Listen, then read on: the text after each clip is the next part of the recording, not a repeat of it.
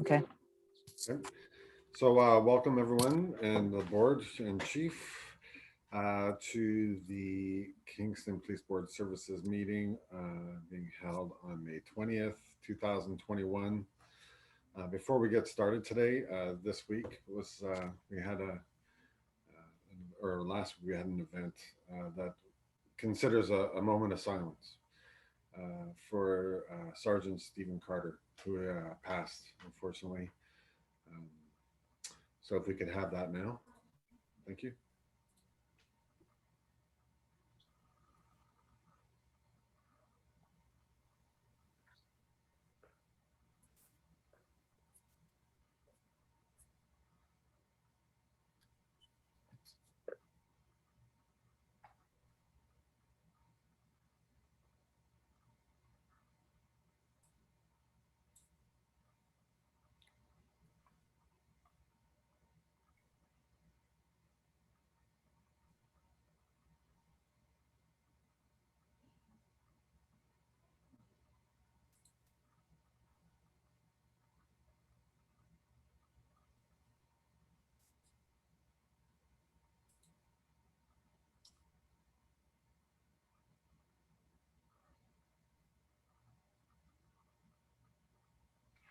Okay.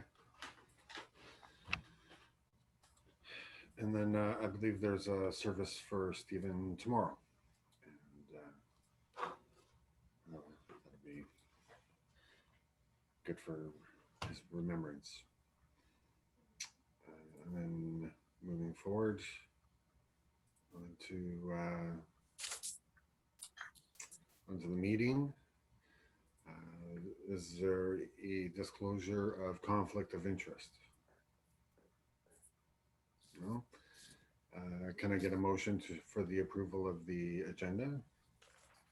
Jeff, Bridget, all in favor? Yep. And then the adoption of minutes from the last meeting from April 15th, 2021. We have a motion for adopting those. Jeff, Bridget, thank you. All in favor? Very good. And then to move on, a motion to be able to do the communications for today. Very good. Thank you, Christian and Jeff. All in favor? Good. Okay. The first is a memorandum from the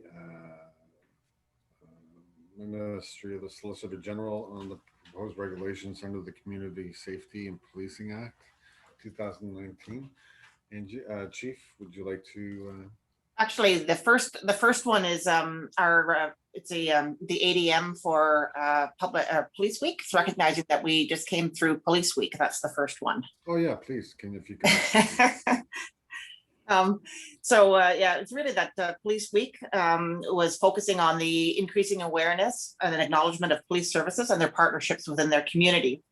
And so members of our core unit were working diligently here to put together some video series that we could put out through social media. And it really highlighted our organization. We had talked about recruits and our partnerships within our community. We introduced our 5 new recruits. We had the Youth and Policing Initiative video. We talked about partnership with Victim Services of Kingston and Frontenac. We had Letitia Lucas talking about our intersections program, who's a coordinator there. Relationships with KFLNA, Dr. Moore, our partnership with Addictions Mental Health and our MCERT program. We talked with our Justine from the Consumption Treatment Services site and our relationship with the Integrated Care Hub and our virtual tour of our police headquarters. And then we had a conclusion on Police Week. And I don't know, Donna, were you able to put a few clips on that we could share with the board?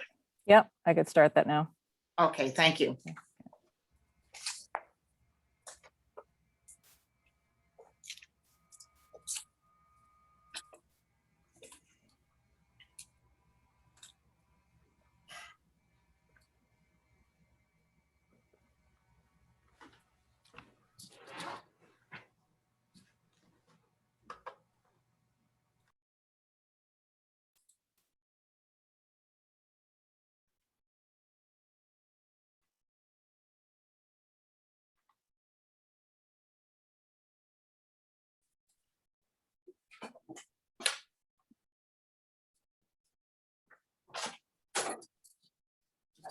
Not sure.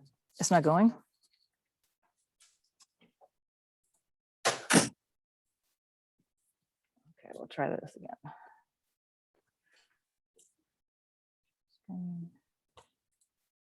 Ah, there we go. There we are. Okay.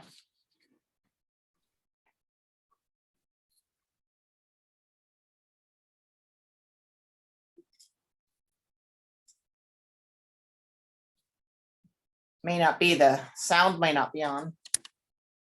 No.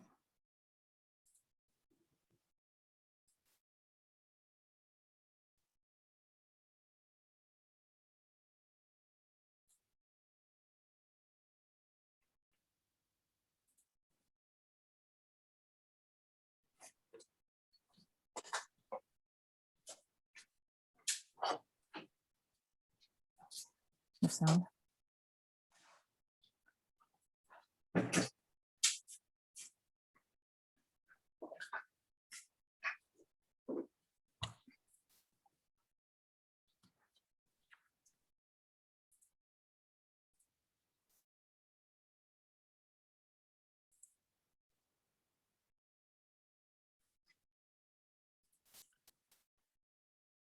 Sorry, I'll have to try this again. We'll just give it one more try, and if it doesn't work, that's okay too. But it was there were some great videos and some great community partnerships that were shown. Oh, I probably have to click share sound as well. Maybe that'll work. Try once more.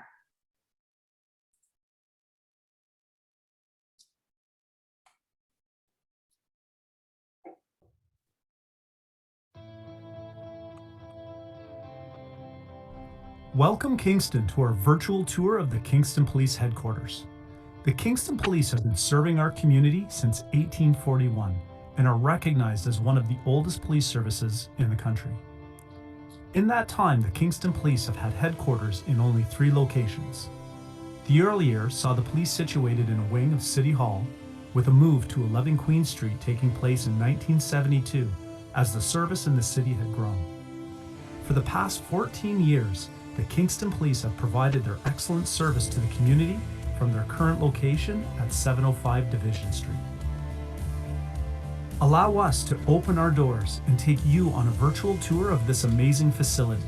Upon completion of the headquarters back in 2007, the Kingston Police Headquarters managed to achieve a gold certification as the new 121,000 square foot Kingston Police Headquarters became the first police building in Ontario and the first police headquarters in Canada with accreditation under the Leadership in Energy and Environmental Design Standard. The facility was designed to accommodate up to 300 officers, but the site and building plans allow for future expansion. At this time, our authorized complement of staff consists of 201 officers and 61 full-time civilian members. In addition, we have another 6 officers filling seconded positions with other agencies, and the Kingston Police employ about 30 part-time civilian members. The headquarters is home to numerous divisions and units that make the staff who endeavor each day to provide quality service to the citizens of Kingston. The officers of Uniform Patrol provide policing service 24 hours a day to our community. These highly trained officers respond to calls for service in accordance with the highest standards of professional skill, integrity, and accountability. Our community-oriented response and engagement branch encompasses several units with Kingston Police and oversees their various community programs and engagement. The branch utilizes the various units within to plan and execute initiatives meant to resolve community concerns and ongoing problems. Our traffic safety unit works every day to discourage and prevent speeding, aggressive driving, distracted driving, and more. The unit also responds to all traffic complaints as well as all general community complaints where reports are made of traffic issues. Traffic safety officers are trained in collision reconstruction and are on call for all motor vehicle collisions involving serious bodily harm or fatalities. The training unit, staffed by a sergeant and 2 constables, is responsible for coordinating and monitoring extensive training programs to meet legislative training requirements as well as specialized training as required for both sworn and civilian members. Along with in-class instructions, we are fortunate here at the Kingston Police to have a fully operational firearms range.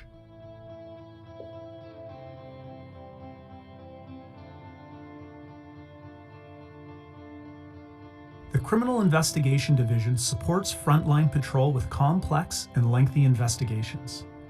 CID investigators work with other law enforcement agencies and community organizations as part of our commitment toward community safety and crime prevention. Our Communications Center provides a wide variety of responsibilities, particularly police call taking, 911 routing, and dispatching calls for service. It is staffed by 4 sergeants and 16 civilian communications operators and is supplemented by part-time civilian staff to ensure 24/7 coverage. The Emergency Response Unit is deployed as required in a variety of roles, including situations involving hostages, barricaded persons, or weapons. When not engaged in tactical operations or training, ERU officers are on community patrol, making their tactical skills available at all times. At the Kingston Police, we have several units that are employed by civilian staff members, including the Property Management Office, Cell Monitors, IT Services, the Information Desk, Human Resources, Quality Assurance, as well as Fleet Services, just to name a few. We are also proud to have a few community partners who share space with us at our headquarters, including members with the Kingston Victim Services of Kingston and Frontenac, along with our community volunteers.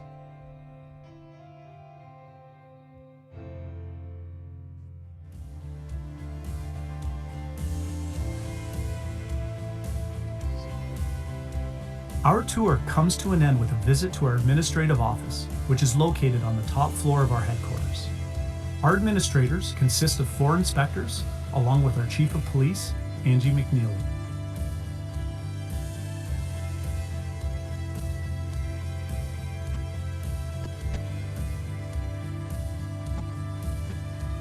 This is truly a remarkable facility that included during the construction process several solutions to many of the environmental challenges facing society. We are proud to have adhered to the 4 guiding principles in making design decisions, including reduce, reuse, recycle, and rethink. We are pleased to call 705 Division Street our headquarters, and pleased that you were able to join us on our virtual tour. Thank you, Kingston.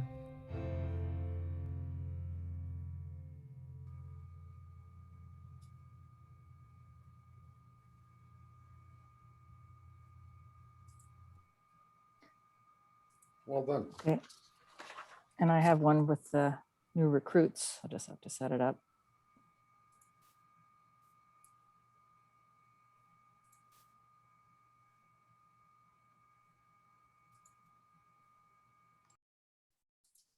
Chief McNeely, while we wait for Donna to set that up, I just have a couple of questions, if that's okay. Sure. I was just wondering what's usually what do you do in other years, non-pandemic years, with the police week? Again, it's advertising, but sometimes we put it on social media. Sometimes we have more displays and more in-person features that would be happening. But with the pandemic, it's all gone virtual. Mm-hmm. But it's a great video, and I'm sure you can use it for other tools too, kind of other events. For sure, and they will all be found on our website as well. We'll have them there for display. Excellent. Okay, you ready for the next one?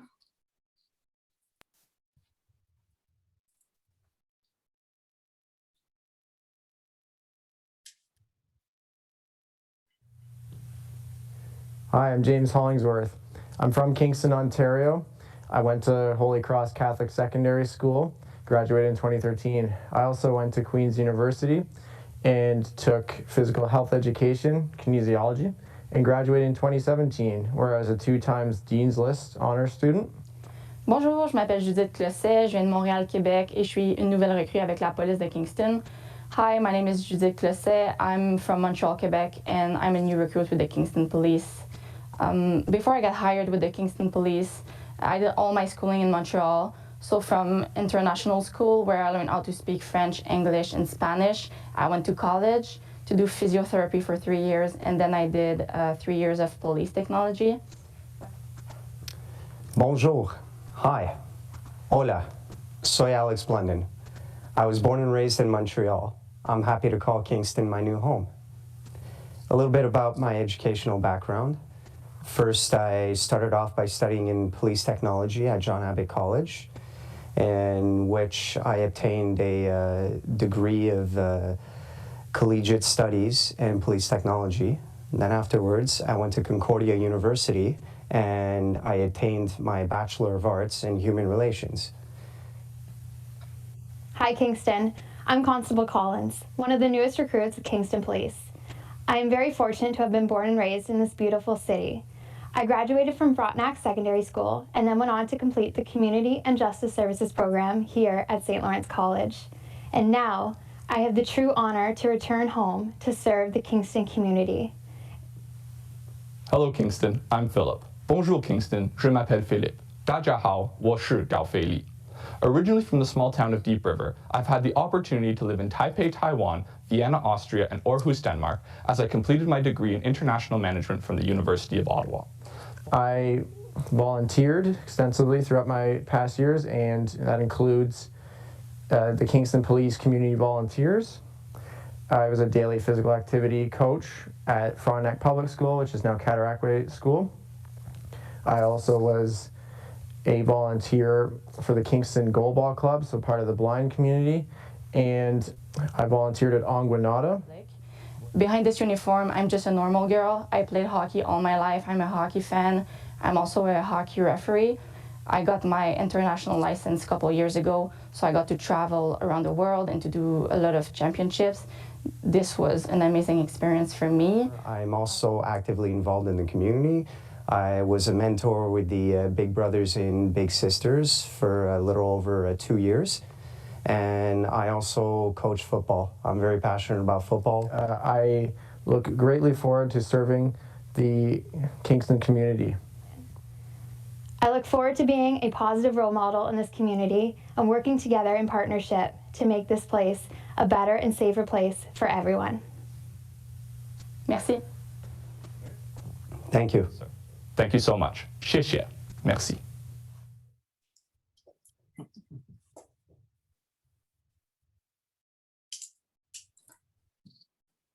And I have one for the Yippies.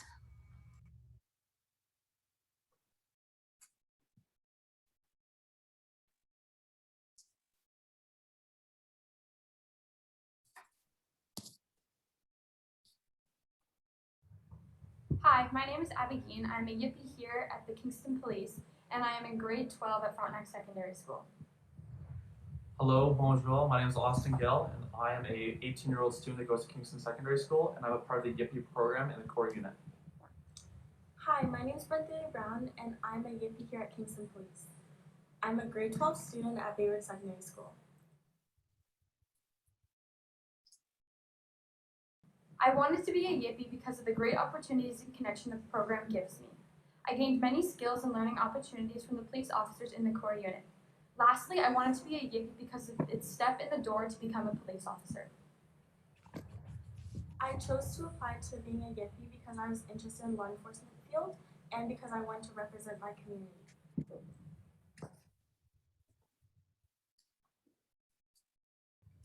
Enhance relationships and partnerships between police and communities they serve by developing a positive working environment for them.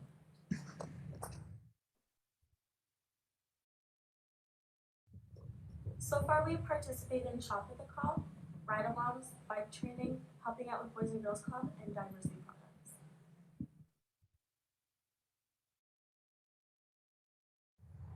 Becoming a police officer has always been a dream of mine. I've always wanted to help the community and to make a difference within the community. It's just something I've been passionate about since the day I was born.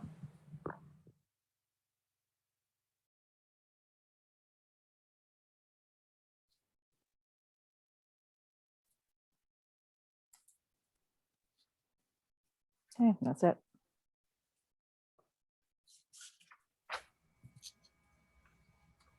All right. Thank you. Those were well done.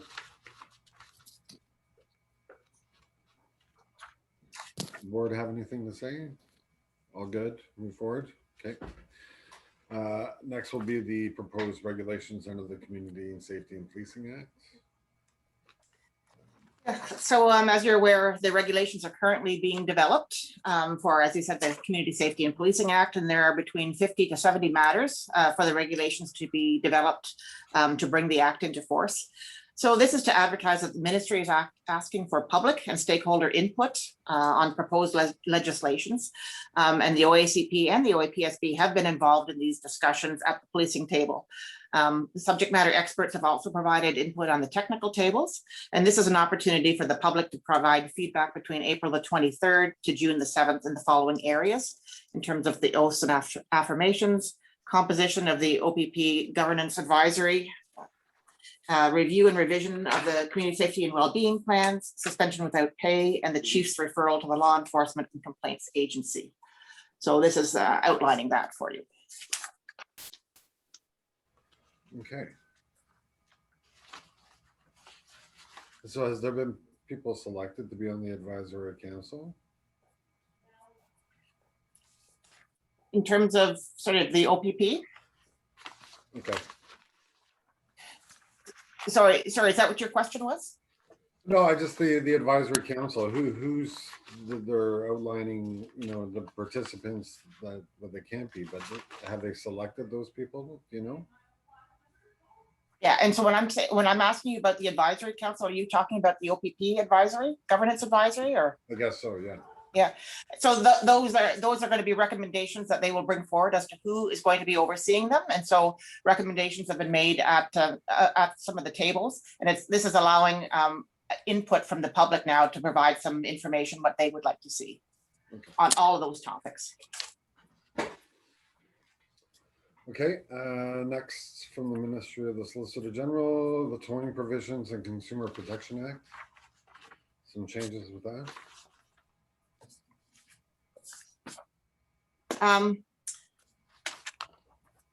So this is the development of a new provincial regulatory regime to address concerns within the towing sector, as well as an overview of the current towing provisions under the Consumer Protection Act 2002. So Constable Mike Rice from the Kingston Police in our traffic unit has represented the Kingston Police on the towing task force, and they were really exploring the merits of a provincial regulatory regime. Other stakeholders on this task force included the insurance sector, towing associations, municipalities, and various police services.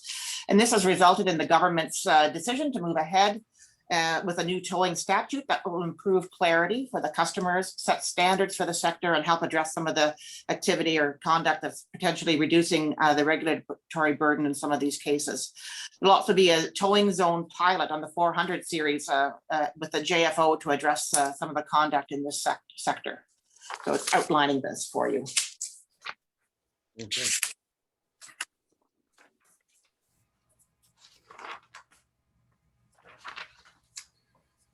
Next is the phase 2 COVID-19 vaccinations for police services.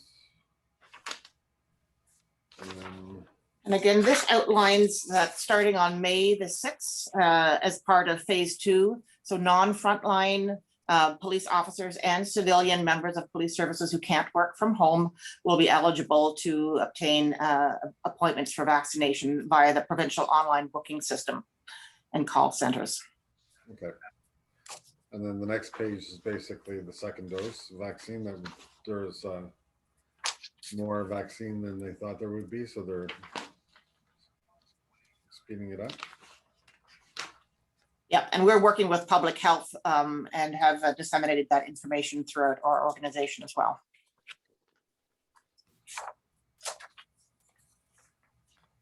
Okay. And then that all the vaccinations and everything, that's all gone without any hiccups or anything. It's been pretty smooth, has it? It has been, yes. Okay, great. And then there's can explain the changes to the Ontario Sex Offender Registry following the Supreme Court of Canada decision in Ontario from the Attorney General versus G. Yeah, so as a result of this, on November the 20th, the Supreme Court of Canada upheld the Ontario Court of Appeal ruling on Christopher's Law, and that it will no longer apply to individuals not criminally responsible on account of mental disorder on sex offenses and who've been granted an absolute discharge. So this came into effect May the 20th, 21. Therefore, they will not be subject to reporting requirements as set out in Christopher's Law. Okay. I guess that was a unique case. All right, so and then to the Ontario Human Rights Commission, the OHRC statement calling on the Ontario justice sector to fight COVID-19 by keeping prison custody numbers low. Yeah, and you may recall that I've spoken about recent amendments to Bill C-75 last year, and it was concerning about the expanded powers of release that police have under appropriate conditions. And these amendments require that peace officers, judges, and justices give primary consideration to the release of an accused at the earliest reasonable opportunity, and one that's least onerous circumstances on release as well. So our members have received training on this. So we continue to keep encouraging our members to consider the release from the station as opposed to holding for bail. But of course, bearing in mind that all these principles are relevant, but also public safety is paramount. And then when we do hold for bail, it's obviously for public safety reasons and the determining factors around that. So we recognize that the prison population is an important population, and that COVID-19 is a factor in what happens within the prison populations and spread. So we are taking the release or procedures that we've been legislated to do very seriously, but we also make sure that public safety is taken into account as well when we do hold them for bail hearings. Thank you. Is John with us today? He is. Yes. All right. Yeah. Hi, John. You hear me okay? Yeah. Perfect. In this report, we have the first 3 months results to the end of May, or sorry, to the end of March 31st, 2021. You'll notice in the report that we gave you, we spent 10.3 million, basically against the budget of 10.3 million. We're showing a small unfavorable spending variance of $74,000. Just a few highlights there. If you look at the revenues and cost recovery, 809,000 actual against the budget of 1,026,000, a difference of 217. The biggest single item there is the first quarterly payment from the CSPT, the Prisoner Transportation Grant, has not come in yet and still has not. We've got the final contract in for that CSPT grant now. It looks like we're going to get $1,285,839. So a quarterly payment would be about $321,000. Had that been recorded, we would have been okay on that line. I should point out that the government did reduce the amount of that grant again in 2021 by $74,000 compared to what we received last year. And when we did the budget, we had budgeted what we received last year. So we had gone down a fair bit the year before, but there was another decrease. So we will see that come out as the year unfolds. Looking at operating expenses, we spent $11,174,000 against a budget of $11,317,000. We had a small favorable variance there of $143,000. If I look at the wage line, we were favorable by $275,000. A few items of note on the wage line. Overtime was favorable by $67,000, which was good. We were seeing less overtime. St. Patrick's Day was only a couple $1,000. One item to note has a little impact. There was only 2 stat days. Stat days cost us about $17,000 in overtime, so that's part of that as well. Base wages, we were favorable by $286,000. A few items there. One, the wage increase for the budget increase hasn't been recorded for the 2 months. The increased wages didn't change until March. That's about contributing about $110,000 favorability right there.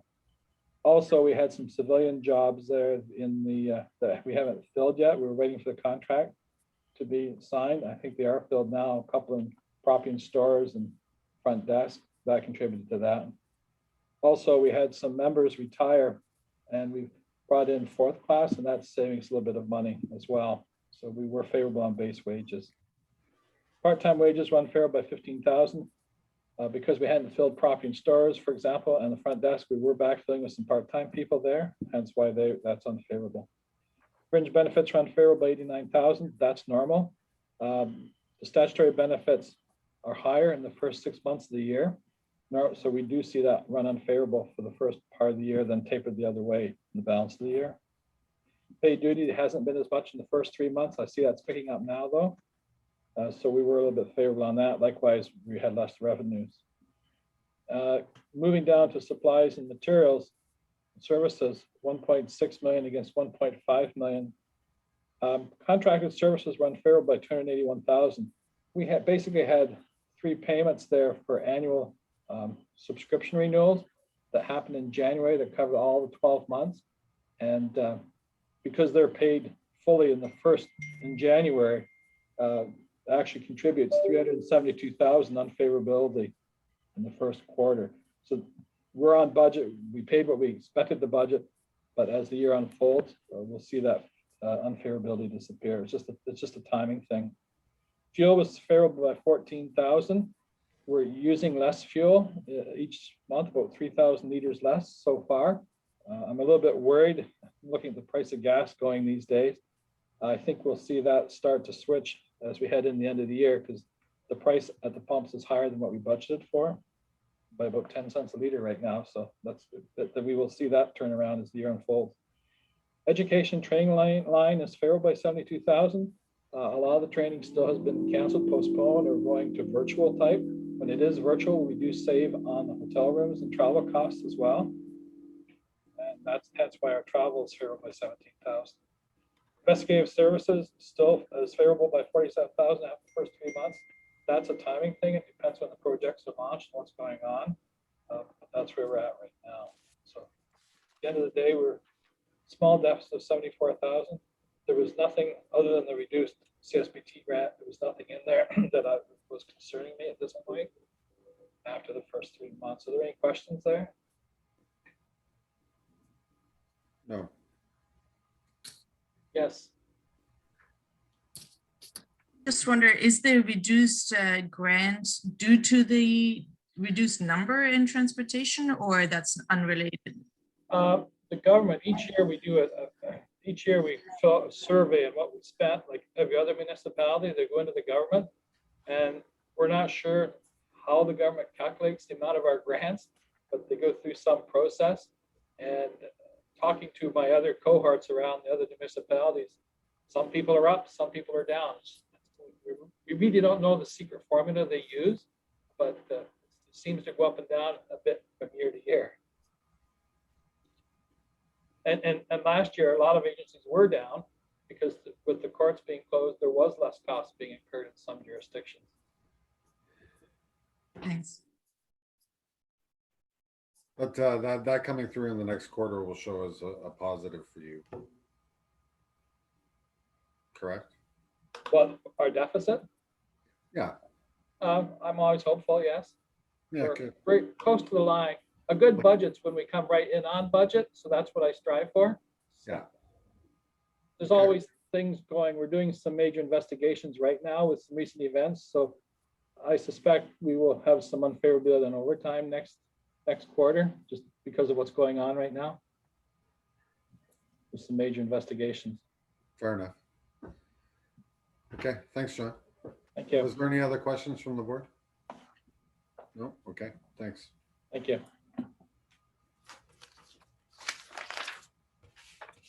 And then the Ontario Transfer Payment Agreement.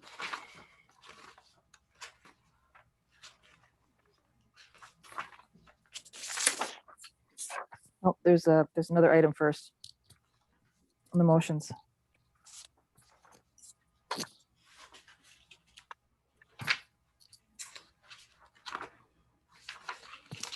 We have 2 motions there.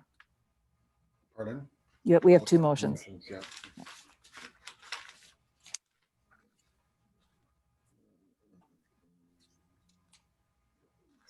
So the first one is to ratify a motion passed by a poll of the quorum of the board members on May the 3rd, pending the next regular meeting to appoint James Brown, Benjamin Van Stronsky, Zachary Gorey, Holden McDonald, Stefan Grujic, and Costas Spiritus as officers of the Kingston Police effective May the 3rd.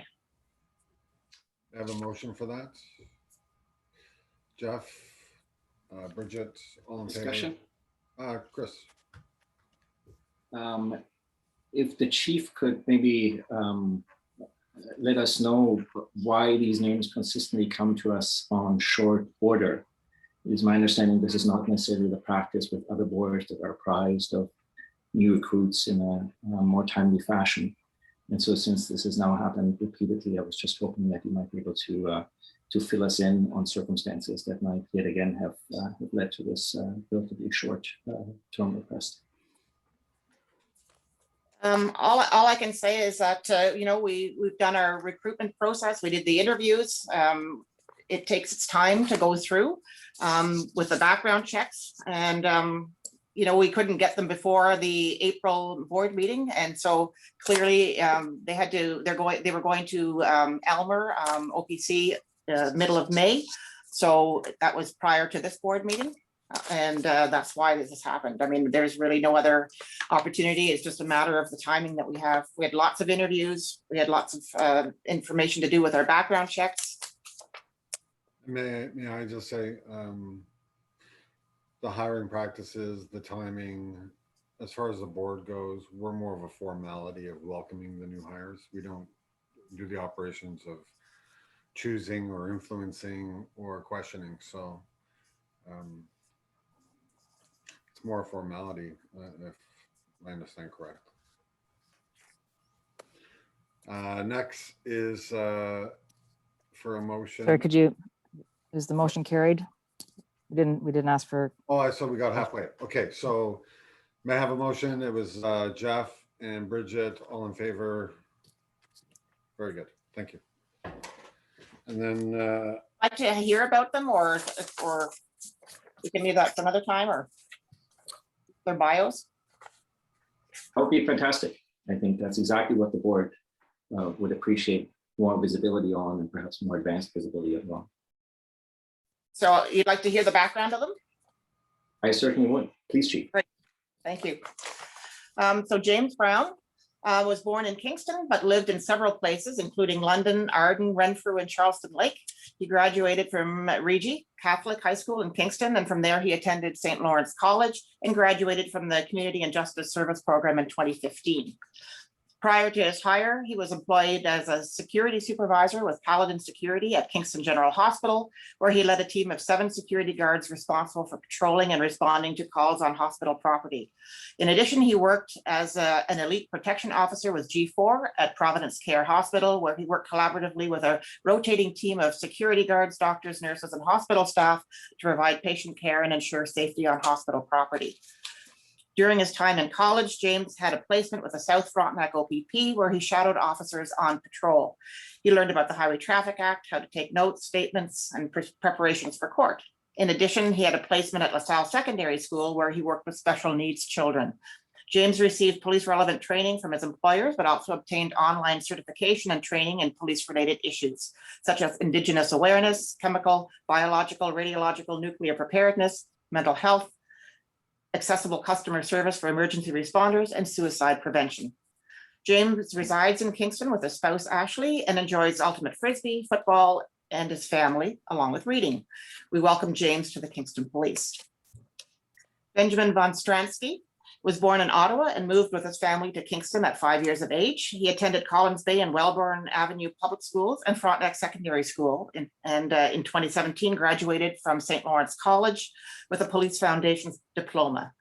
During his time at college, Ben received 2 awards, the Nelson Education Award for his involvement in the community while maintaining exceptional grades, and the All Academic Award for playing varsity rugby while earning a good average.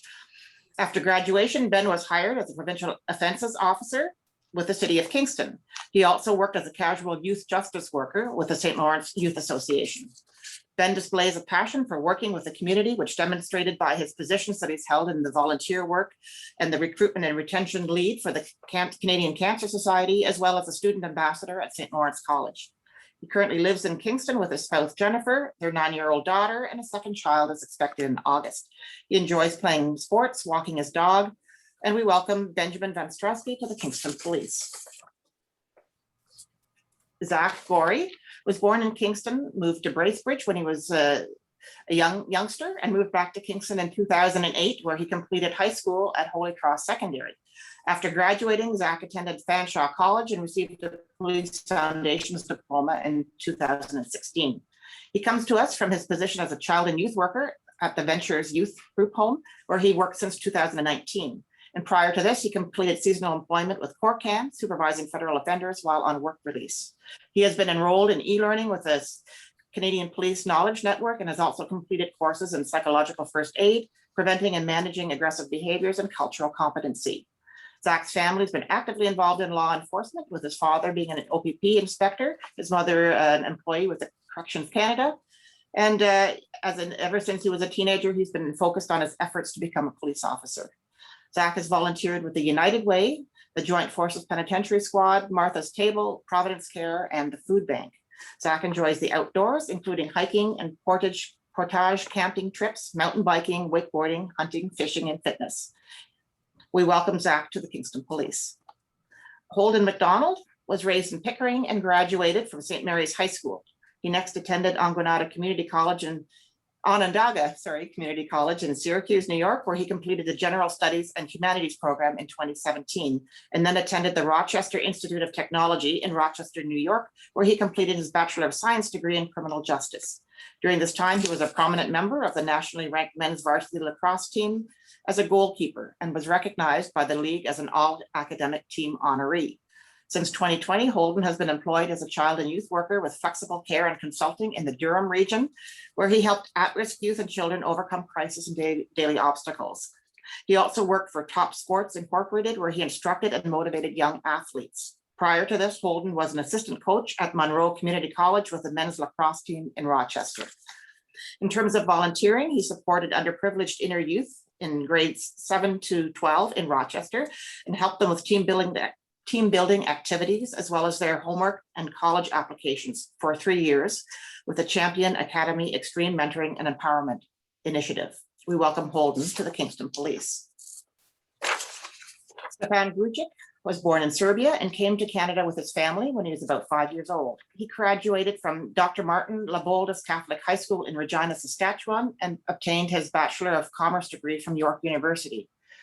During his time at York, he was a member of the varsity basketball team and was known as a strong rebounder who could play both forward positions. His passion for basketball was developed early on, and he continued through university. While attending York, he also worked as a primary point of contact for clients for TELUS. Upon graduation, he became a project coordinator for the Nuclear Waste Management Organization Congress of Aboriginal Peoples in Ottawa, where he was in charge of growing social media presence on its website and online, as well as familiarizing staff with technology. Stefan has volunteered his time as an assistant coach for Etobicoke Collegiate senior basketball team, as well as volunteering his time in the community through his church. He is fluent in both English and Serbian. We welcome him to the Kingston Police. And last but not least, Kostas Buridius. Kostas grew up for most of his life in Windsor and graduated from Sandwich Secondary School in LaSalle, Ontario. From there, he received his diploma in Law and Security Administration and Police Foundations from the St. Clair College of Applied Arts and Technology in Windsor. After completing a 12-week correctional training program at the RCMP depot in Regina, Kostas moved to Agassiz, British Columbia, where he commenced employment with the Correctional Services of Canada. During his 4 years where he volunteered as a head football coach for the Chilliwack Giants minor football, assisting children aged 5 to 7 with the fundamental skills and knowledge of football. Kostas then accepted a transfer to Millhaven Institution in Bath in January of 2019 and was since promoted to the position of acting correctional manager. Since moving to Kingston, he has volunteered to coach football for the Under the Lights Flag Football League. He's married to his wife, Nicole, and they have 4 children. He's fluent in both English and Greek. And we welcome him to the Kingston Police. And there you have it, our new recruits. Thank you. Thank you for being prepared. Christian, thanks for asking the question. And very good. They sound like very good additions to our police force. Yeah, thank you. Okay, and then it's requested that the Kingston Police Services Board ratify a motion passed by a poll of a quorum of board members on May 3rd, 2021, pending the next regular meeting, to endorse the transfer payment agreement with the Minister of Children, Community and Social Services regarding funding under the Youth in Province Policing Initiative from April 1st, 2020 to March 31st, 2023. So may I have a motion for that? Jeff and Christian, all in favor? Very good, thank you. And then there's some unfinished business. Update on the Kingston Police promotional process. Thank you. So our promotional process, the committee has made its recommendations about the promotional process. So, and that was in February of 2021. And of course, from the recommendations, one has to operationalize that. So we've put this whole promotional process into a general order, which not only includes sort of the how-to and how to operationalize it, but there's also the templates that had to be developed in terms of the competency profiles for each of the different levels, and the talent review survey 360 questionnaire.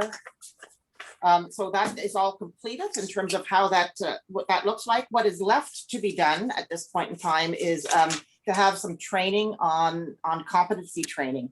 And this is something that we are working with York Regional Police on. And so we had it scheduled in terms of some face-to-face time and develop or teaching our members how to approach competencies and their own scorings. But at what's happened here at this time, based on the pandemic, we were not able to do the face-to-face. And so we're looking at introducing this virtually to our members. So we're hoping to set this up within the next couple of weeks so that the competency training can occur as part of the process. Okay, Christian. So I think last summer, we were told this would be done by the fall, and then I think we learned around Christmas time that this would be all sealed and delivered by April. It appears we've been at this for over 2.5 years, if my timeline is correct. So can you fill us in on what the further months worth of delays here, how those were incurred? Yes, actually, the promotional committee had mentioned, and we had agreed upon, and we agreed the recommendation that that this would be completed by the spring of this year. And so that's what we've aimed to do. So that's where we're at right now. We've got one final stage. Certainly the pandemic has slowed things down a little bit. It has in terms of our training for our competencies, but the aim of the committee was that this would be in the spring of 2021. And so the association and everybody has signed up, signed off on sort of the final documentation. So we're just talking operational matters here, or where are we at in the conversation? Because I gather there's like a dual process or something between the association and HR or something. How it was explained to you as previously. Can you fill us in on where we are on getting that? So this is all sealed and delivered as far as that is concerned on the civilian and the uniform side. So they have delivered their recommendations to us. The recommendations have been accepted. And one of the points that we had to do before going through this is making sure that all the policies and procedures were viewed through an equity, diversity, and inclusion lens and a human rights lens. So we had a lawyer review this first to ensure that there aren't any barriers within the process. And so that's where we're at to present. Yeah, so it's been basically operationalized into a general order. And so the committee wouldn't be putting the recommendations into the order. That's part of the oversight of that. So what's the timeline for getting that final approval then, sort of for whoever needs to sign off on this, or no one else needs to sign off on this now? Well, we're looking, as I mentioned to you, to look at the competency training, and that's hopefully going to be done within the next couple of weeks to set some virtual training up. And that really needs to be done to be as part of the process, as a learning process, because the competency part is new for us.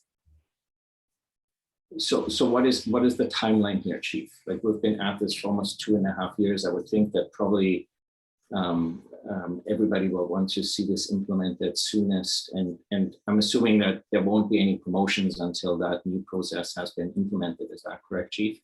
That's correct. And right now, because of the pandemic, our Ontario provincial OPC exams, they were supposed to be slated for March, but that got delayed because of the pandemic, which is again out of our control. So that's now pushed ahead till June the 13th.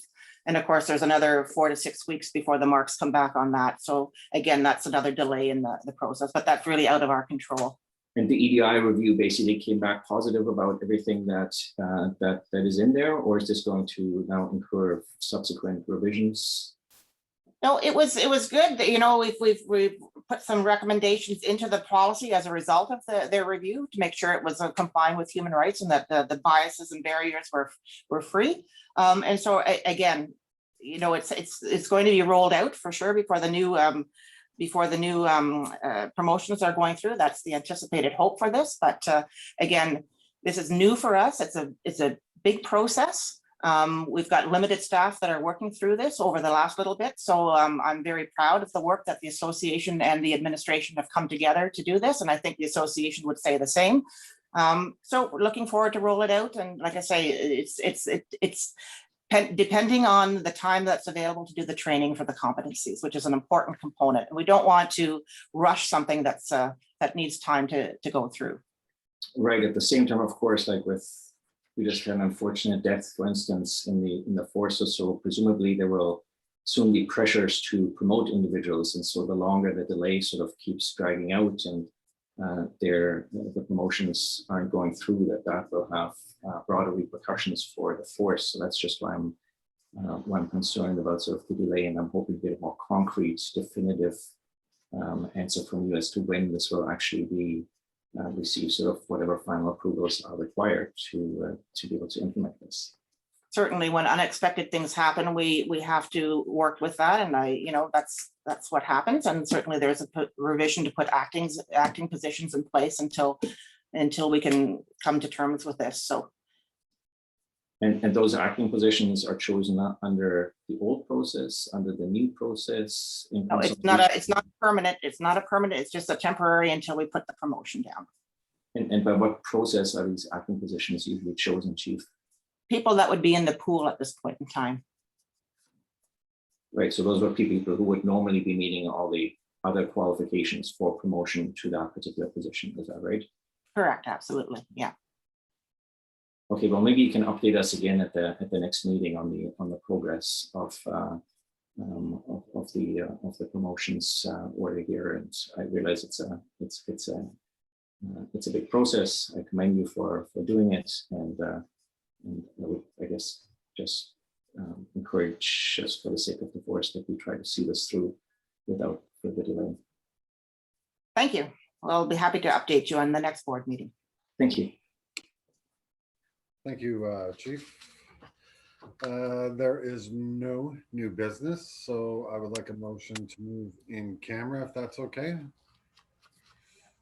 Anyone? Bridget, Jeff, all in favor? Thank you. This concludes this meeting.